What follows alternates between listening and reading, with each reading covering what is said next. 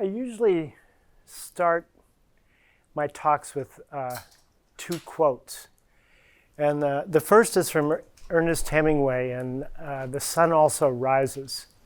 And one character asks another, says, "Mike, how did you go bankrupt?" And Mike says, "Oh, in two ways, slowly, then suddenly." And the second quote is from Aldo Leopold, who is the first great American land conservationist, who said that a thing is right when it tends to support the integrity, stability, and beauty of the biotic community. And by biotic community, he meant everything. He meant all living things, including human beings. And I think that statement just strikes us so as instinctually true. And yet everything we do in business tends to disrupt the integrity, stability, and beauty of the biotic community. And if I think back of 46 years at Patagonia, that the whole processes of our work has been how do we this is certainly not our intention, but I think in the back of our minds or the processes tended to take us to this question. How do we move toward tending to support the integrity, stability, and beauty of the biotic community? So I wanted to talk a little bit about the company and the discoveries we've made, but I thought I'd open with a couple of stories from the early days, and not out of nostalgia, but because I think that they really were determinative for us. And the first was that we came out of climbing. If we had started a clothing company from scratch, I think we could say, okay, we're going to choose our customer, we're going to make good, better, best, we'll make a few lines of varying quality. But you don't do that when you're making climbing gear, because your customers' lives depend on the quality of what you're making. So there was the original gear. I remember sitting in the courtyard as a 21-year-old inspecting ice axes for hairline fractures and thinking, if I fall asleep on the job, I'm going to hurt someone. And I'm not just going to hurt anyone, I'm going to hurt a friend of a friend, or a friend of a friend of a friend, because that was the extent of the climbing community, 3 degrees of separation in those days. And that was also key for us because when we talked to our customers, there was an assumption that we spoke each other's language. There was never a question of focus groups or figuring out what your tone is going to be, because we knew our customers so well that we could talk to them as friends and as equals. So the first story concerns just that. Yvon started making climbing equipment in his parents' backyard. He was 18 years old. He was making equipment for the kind of climbing that was just starting to be done in Yosemite National Park, which had never been done anywhere else in the country. And for those climbs, you needed what was called a hard steel piton, because the equipment that had been imported from Europe, these soft steel pitons, could only be used, the spikes that you used to drive into a crack to support the ropes for safety. You could only use those soft pitons once or twice, and then they deformed and you had to reach into your bag and pick another one. So Yvon developed this hard steel piton that could be used over and over again. You hammer it in and you tap it out. And that became the basis of the reputation of Chouinard equipment. That became the core business that Patagonia would grow out of. But this very product that had established the reputation presented the company with its first moral dilemma. And that is, as climbing became more popular and new climbers climbed the same popular routes, every time you hammered one of these hard steel pitons into a crack, the crack widened slightly. And so for the people who worked at the company, it was a sudden realization, my gosh, we are destroying the very sport we love, and we're desecrating the rock. And they asked themselves, is there a solution? And there was, because British climbers used a very different method of climbing. They used these little nuts made out of aluminum that you could attach to a wire or a rope, and you could twist that into a crack and it would hold under weight. And there were two problems with this as a solution for the Chenards. And the first was, it was a huge investment for this tiny company in tools and dies to make the full range of chocks required. And the second thing was that American climbers weren't used to them. They didn't know them, and they were used to the feeling, the reassuring feel of hammering hard steel into a crack rather than this kind of dainty torquing it in and relying that to hold under weight. So the answer was to go ahead and create this line, but also to produce the first catalog that the company issued. And it had a 12-page article that was part manifesto on why climbers should switch from pitons to chocks, and also part instruction manual showing people how to use this new gear. So to give you an idea of the impact this catalog had, it went out in June of 1972. I came to work in March of 1973. When the catalog went out, 70% of the business was pitons. When I came to work, 70% of the business was chocks. So in 9 months, that article had been discussed at the base of every climbing route, in every climbing magazine, and in every climbing club. So fast forward 15 years, we've gotten into the clothing business. We started with a few heavy-duty sportswear pieces for climbers, like rugby shirts.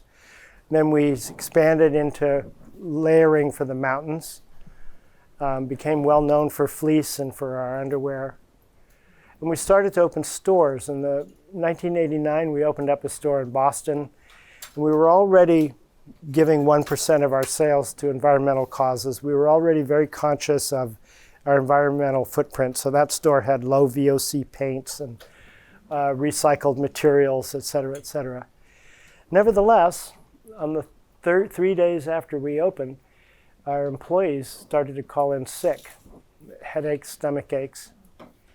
So we shut the store down, called in a ventilation engineer, and he fixed the problem. When we gave him the check, we said, listen, thanks, but what caused it? What was the contaminant that made people sick? He said, oh, that was formaldehyde off-gassing from the cotton clothes stored in your basement. So, we had been making climbing gear for 30 years at that point. We knew the environmental implications of iron and steel and aluminum, and half the line came and still comes out of an oil well, polyester and nylon. But we had always thought of cotton as this benign natural fiber. So we commissioned a study. The 4 major fibers we use, wool, nylon, polyester, cotton, found out that cotton was by far the worst, and not because of the formaldehyde used, but because of the intensive use of chemicals in the cultivation of cotton, both in the fertilizers and the pesticides. And we kind of faced the same dilemma we did with the pitons. We looked at this, and it's like 25% of all the chemicals used in agriculture were used on cotton, which was 8% of arable land. It was a really bad story. And I think the Chenards looked at this and said, we just don't want to do this. If we can't make the change to an alternative, we're going to get out of the sportswear business entirely. And sportswear was about 1/3 of the company's business at the time. So we looked at alternatives. Organic cotton was still being grown in China and Turkey, which had never changed to chemical practices. It was still being grown by a cooperative in Texas we still buy from that lost a family member to cancer in his 40s, and they suspected spraying, so they went organic. And in those years, it was still being grown in the San Joaquin Valley. So we made the commitment. We did a lot of homework. We bought almost all of the organic cotton being grown in the San Joaquin Valley. We consulted people to learn how to do rain dances because if the cotton crop had failed that fall, we wouldn't have produced any shirts. But we didn't do quite enough homework. And what we discovered, so when I placed the first purchase order for Patagonia clothes in Hong Kong in 1974, and I gave them the order sheet, I gave them the specs, and we gave them the color swatches. And they took it from there. We never knew what kind of cotton was used in the clothes. It was ordered by a broker. It could have come from sources all around the world. So when we broke our connection, when we ordered the cotton directly from the farmer had no connection to the spinner who turns the fiber into yarn. And when we went to spinners directly, they said, we hate organic cotton. This is, it gums up our machines. We have to clean it beforehand and afterwards. And indeed, we started to have a kind of small internal revolt on our hands. And our designers and our production people. And they said, listen, I got to do everything I did last season. Design the line, spec it, color it, take it to the major customers, take it to the trade show. And you're telling me that I have to, in addition to that, I have to find an entire new infrastructure for making my clothes. And I have to raise the prices $3 to $5 on everything in my line. And not a single customer has ever asked us for organic cotton clothing. So why are we crazy? Why are we the martyrs? And this posed a problem because the people in the environmental department who had started to do the research and look at the real environmental costs of chemically grown cotton were really convinced that this was not something we should go back to. And the owners had made the commitment to just leave the sportswear business if we couldn't make the transition. So what we did is we started to take employees 40 at a time in buses to the San Joaquin Valley.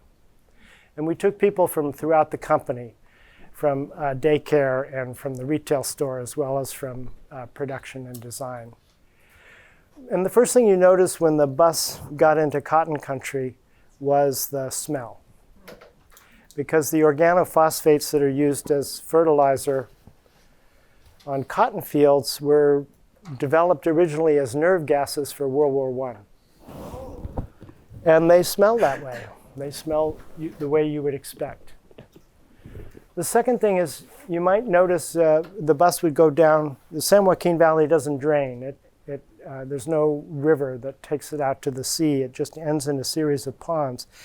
And by those ponds, the farmers would hire these old geezers to sit in lawn chairs with shotguns to scare off the birds. Because if the birds landed in the ponds that were so polluted with selenium, they would die, or if they lived, they would cause birth defects in their kids.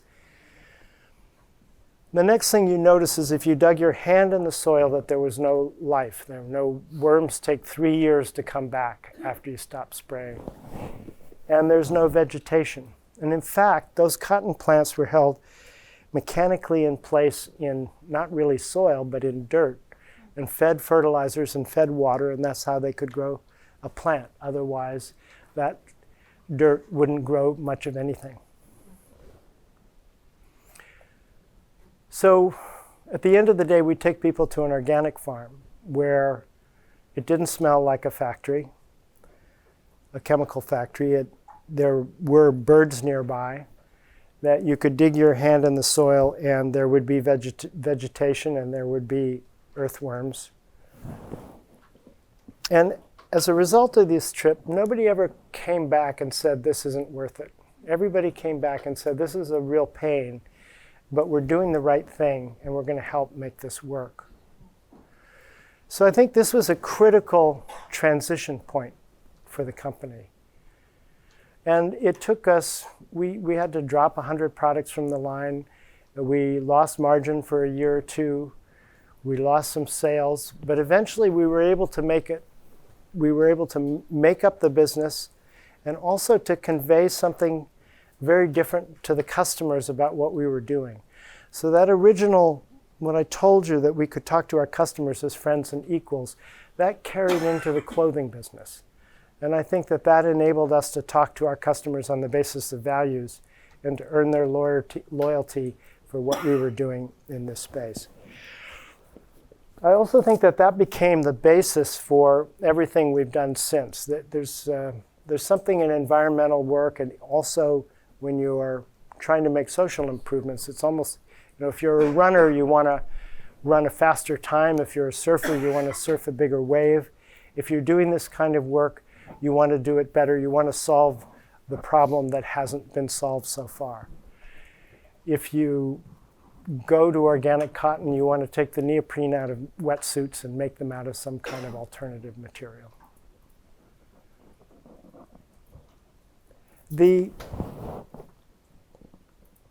One of the big steps for us recently has been to get into the food business in a very small way. The Patagonia provisions started about 5 years ago with the idea of making organic food for backpackers and hikers. But I think one of the discoveries we made along the way is pretty transformative for the business as a whole. So 27 years ago, before we got into recycled polyester, before we went into organic cotton, we came up with a mission statement that said, build the best product, cause no unnecessary harm, use business to inspire and implement solutions to the environmental crisis. And I remember at the time, I was not crazy about that. I thought, I hated mission statements because they usually don't mean anything. They're usually a whitewash. They announce what you want to be seen as rather than what you want to try to do.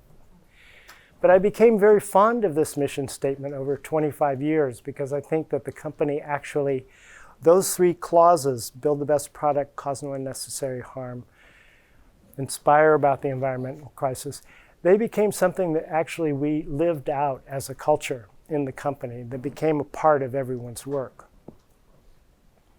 But when we got into the food business, we started to see another possibility. When you're in the clothing business, for most of what we do, we're trying to reduce the harm we do. We took out an ad in 2011 in the New York Times that said, don't buy this jacket. And we illustrated one of our most environmentally benign products, because it was last 10 years, it was 40% recycled content.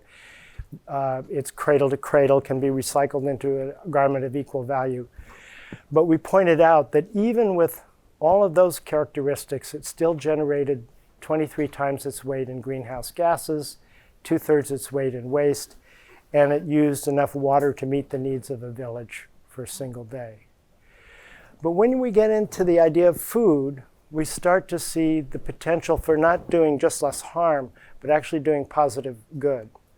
Because if you bring the soil back to health, and bringing the soil back to health is more than organic, it's more than avoiding chemicals. It's not tilling the soil so you don't plow up the carbon. It's using deep-rooted plants that can actually draw carbon back into the soil. And also stir up the microbes and fungi that actually create the life in the soil.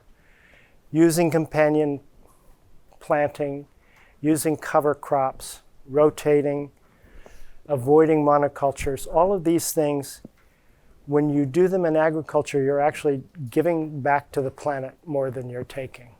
And this is something new for us. And I think this is something that has become a kind of North Star. I'll give you an example. There's a wonderful guy named Wes Jackson who runs the Land Institute in Salina, Kansas, and it's been his life work to restore the Great Plains to health. And the Great Plains used to have topsoil that was 100 feet thick, pounded by the hooves of buffaloes, right? And now it's about so deep. And it's planted in endless monocultures of soy, corn, and wheat. So Wes is an agronomist, and he developed a perennial wheatgrass with 17-foot deep roots that go down into the ground, break it up, and provide perfect safe harbor for all the critters that make topsoil. And he tried to promote it, and he couldn't get a single farmer to grow it. And they said, Wes, this may be the greatest thing, but I've got to be able to sell this to someone. So what we did is we talked to him and we thought about it, and we decided to make a beer using this kernza, this perennial wheatgrass. And we partnered with a brewery in Portland, and we persuaded Whole Foods to carry it in 108 West Coast stores. And so we got, in time for Wes's 80th birthday, we got the first 200 acres of kernza planted. And then after we had sold the beer for a while, we attracted the attention of a major cereal company who were looking at the potential to sequester carbon in recovered farmland. And they said, if we put 3% kernza in our cereals, we could plant 43,000 acres of kernza. So this, for us, provides kind of a new model for the future. Because if we can prove out certain kinds of materials or certain kinds of processes or certain kinds of plants and demonstrate that they're worth, and then other businesses who are larger than we are can then run with it. So that's I think, that's our North Star for Patagonia's future efforts for our business over the next 20 years. And to that end, I think we changed our mission statement in December. And this was something that Evil, the founder, wanted to do, and he had been talking about it for a year. And I was going, oh, don't change a goddamn word. But he said, no. He says, so the new mission statement is, we're in business to save the home planet. And I think that that's something that is now as aspirational as the first mission statement was. I don't think we're very close to that. But I think it is something that our culture is, the arc of our culture is pointing in that direction, and will help us to keep true to that over the next few years. This goes back to '96 when Kathy Lee Gifford was busted for making sweatshirts in sweatshops, and a national campaign on colleges to boycott. And President Clinton organized a symposium on this, and we were part of that. We helped start something called Fair Labor Association, which went into the factories to audit working conditions and make sure that people were paid legally. And we were never really satisfied with that as a goal. We have been trying for a long time to get people to pay living wage. Now, a living wage in an Asian factory or in a factory in South America is still pretty basic. We're not talking 2-week vacations or second homes, but at least it's enough to get people educated, clothed, fed, etc. And we've had a lot of resistance to that. It's very difficult because the clothes are made in factories that we don't own. Those factories make clothes for other people. They have other customers, etc. But what has worked, and kind of amazingly, because it started out in the fall of 14 with 9 yoga styles, is Fairtrade certified labor. And the way that works is that we pay a certain amount into escrow. I'll back off a minute. We place an order with a factory. We take the value of that order and a certain percentage. We put that money into escrow. The workers elect a committee that recommends on how to spend that money, and then the workers vote on it. And they've done all kinds of things. Sometimes they'll take it as a straight bonus. One year, workers bought bicycles so they could get home to their families faster after work. Established a clinic. So there are all kinds of ways they can use it. But I think the reason it's become so popular is that for the workers, it's the first time they're actually welcome to be full human beings and do something besides so that they're actually determining how this money is going to be spent. The owners of the factories like it because their employees are more engaged. So now we have more than half of our styles are made by Fairtrade certified labor. But it's kind of not the end of the story, and I don't want to paint too happy a face on it. We had not looked at labor practices in the mills and the tier 2, tier 3 suppliers behind the clothing assembly plants. And the first time we looked in 2011, and very reputable mills in Taiwan, we found basically indentured servitude of workers from Indonesia and Malaysia, Thailand, and Philippines being paid $600 a month and paying $2,000 to the labor broker and having their passports held. So we went in and we negotiated with the factories, and we had some changes made and had illegal monies repaid. But the global supply chain is very dark. The apparel industry as a whole has been when an area industrializes, the first industrial work is apparel and textiles, and it's tended to be low paid and very difficult. I would go back to this, that it was easy for us to talk to our customers, and that we kept that style of talking to customers as friends and as equals. And we appealed to customers on the basis of values, as also so the clothes were beautiful and they lasted, et cetera. But we had a catalog from the year I described, from 1972. So we were always able to tell the full story behind our products. And then when the web became bigger than the catalog, we just transferred that storytelling to the web. We also do that in our retail stores. And it's interesting, we really try to make our retail stores centers for their sport communities, if there's a climbing community or surf community nearby, and also for environmental groups. So we emphasize this kind of full communication with the customer. We have really strong customer retention and repeat business.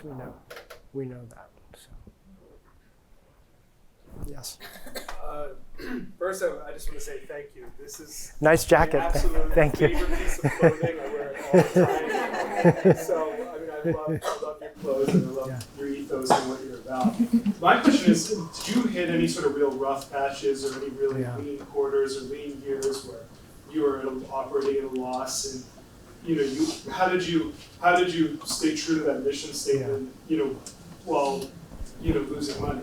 Did that ever happen?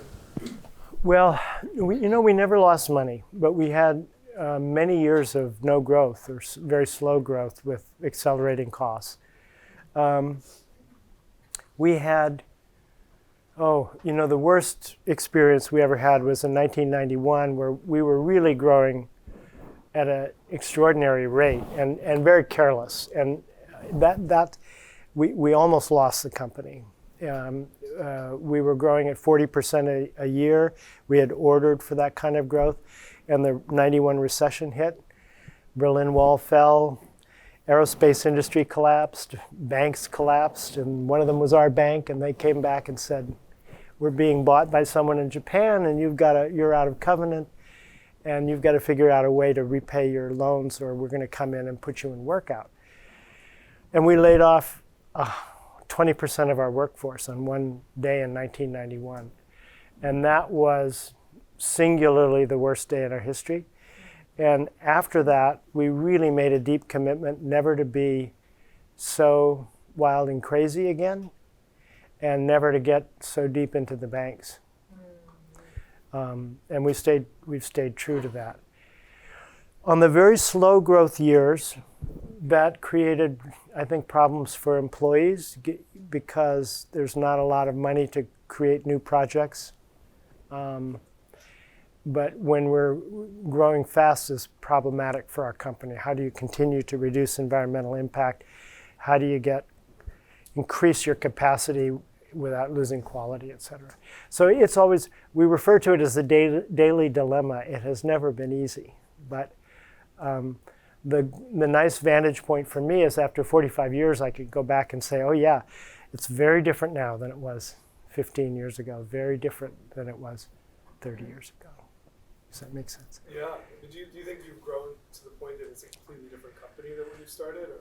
No, that's what interests me is I still think that the same core values that brought us through were present when there were 10 employees as at present, when there are quite a few more than that. And I remember people worrying about the company losing its soul when we hit $5 million, $50 million. And it hasn't happened yet. So I hope it never will. The primary advantage we get from the social and the environmental innovations are innovative fabrics. And that gives us a competitive advantage. In terms of practices, we try not to be competitive.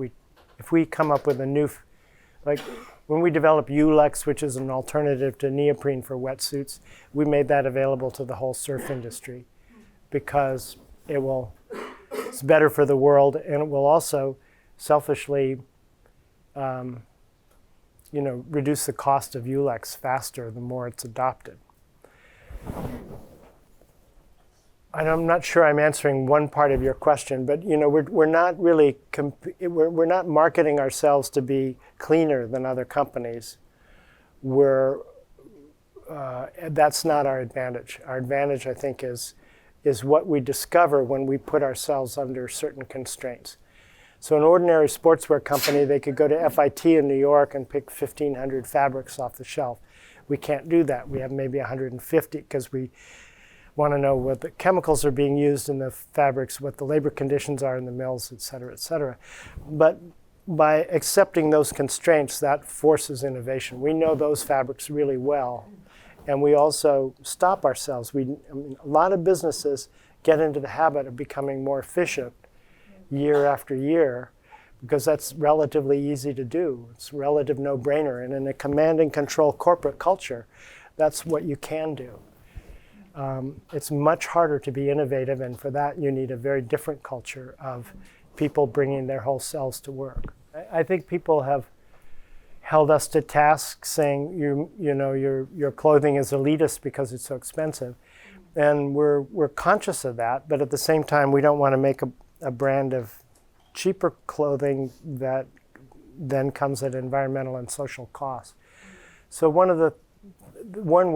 that does is for people who want to sell clothes that have a lot of life left in them, you can do that through our online platform. We were active for a number of years in trying to declare Bears Ears a national monument, which is this huge space in San Juan County, Utah, that had never been protected because it was so remote. It took a lot of effort and many years, and finally in the last days of the Obama administration, they declared it a national monument. Trump came in and declared that he took back 87% of it. And so we joined the native tribes in a lawsuit to prevent that from happening. We also gave back, we calculated our tax cut last year from the cut in the corporate tax rate, and we figured it to be about $10 million, and we gave it to environmental organizations on top of our 1% because we thought that it was not a necessary tax cut. So we've been more. We used to be support activists. Now I think we've become more of an activist company. We try to stay in the area we know. We really know public lands and we know conservation really well. But we have become more active. We had started a recycling program in 2005, And we developed to the point where we do take back anything that we've made to be recycled. But as we got into that program, we thought, listen, this is not sufficient, that there's a reason for the 4 R's. You got to make sure that clothes are repairable. If they're out of circulation, they should be back in circulation. I mean, if you have a lot of labor and a lot of the planet went into creating a shirt that goes on a hook on someone's closet for 10 years because they don't want it anymore. And then the final thing is, how do you reduce? How do you make sure that something that shouldn't have been made in the first place doesn't get made rather than just recycled? And how do you get people to be thoughtful about the fact that almost anything that's manufactured is taking back more from the planet? So that was the idea behind the ad. It was an arresting headline, but then we said, okay, this is what the body copy was encouraging people to be thoughtful and reflective about purchasing, and to encourage companies to be careful about what they make. You see, one quick story. The Danone, which is a big French company that makes water, Evian water and Danone yogurt and a bunch of baby food brands, is going to become a B Corp. And they already made their North American subsidiary a B Corp, which is the largest by far B Corp in the world. And he said that he was inspired to become a B Corp by that ad, because he said it taught him that you can appeal to customers' values as well as their instincts. So that was nice. Sometimes it depends on the city, but we often get people who are active in a particular sport that we serve, like surfing or climbing or trail running. A lot of the culture kind of determines how people are treated, but we really give. You will never go into a Patagonia store, I can predict this, and have a problem and have someone say, let me talk to my manager. That problem will be taken care of by the first person you speak with. And we've built the business that way, so that you don't feel like if you're a customer, that you're being shunted off by some bureaucratic rules to be interpreted by someone else. So the culture is, we hire carefully, we train pretty well, but mostly it's just the culture in the stores. And people who have worked in retail who come to work for us are often surprised because it's their responsibility to make it right with the customer, and no one will yell at them for making a decision. The next big goal, I think one of the things that we've been good at is if we discover we're doing something wrong, as I mentioned with the pitons or the cotton, we'll go in and we'll take care of it. But now I think we're at the point where we need to be more proactive, and we're a larger business. And one of the things we look at, okay, we're doing organic cotton, but half the line does come out of an oil well. And even if a lot of that has recycled content in it, you can only go to about 40% recycled recycled nylon or polyester before you start to lose performance. So one of the things we're really looking at is how do we get out of the oil business and either make nylon and polyester out of completely recycled plastic or make it out of some biological feedstock. We had a case competition with University of Virginia students came up with the idea of using methane as a feedstock for polyester, which I thought was pretty interesting.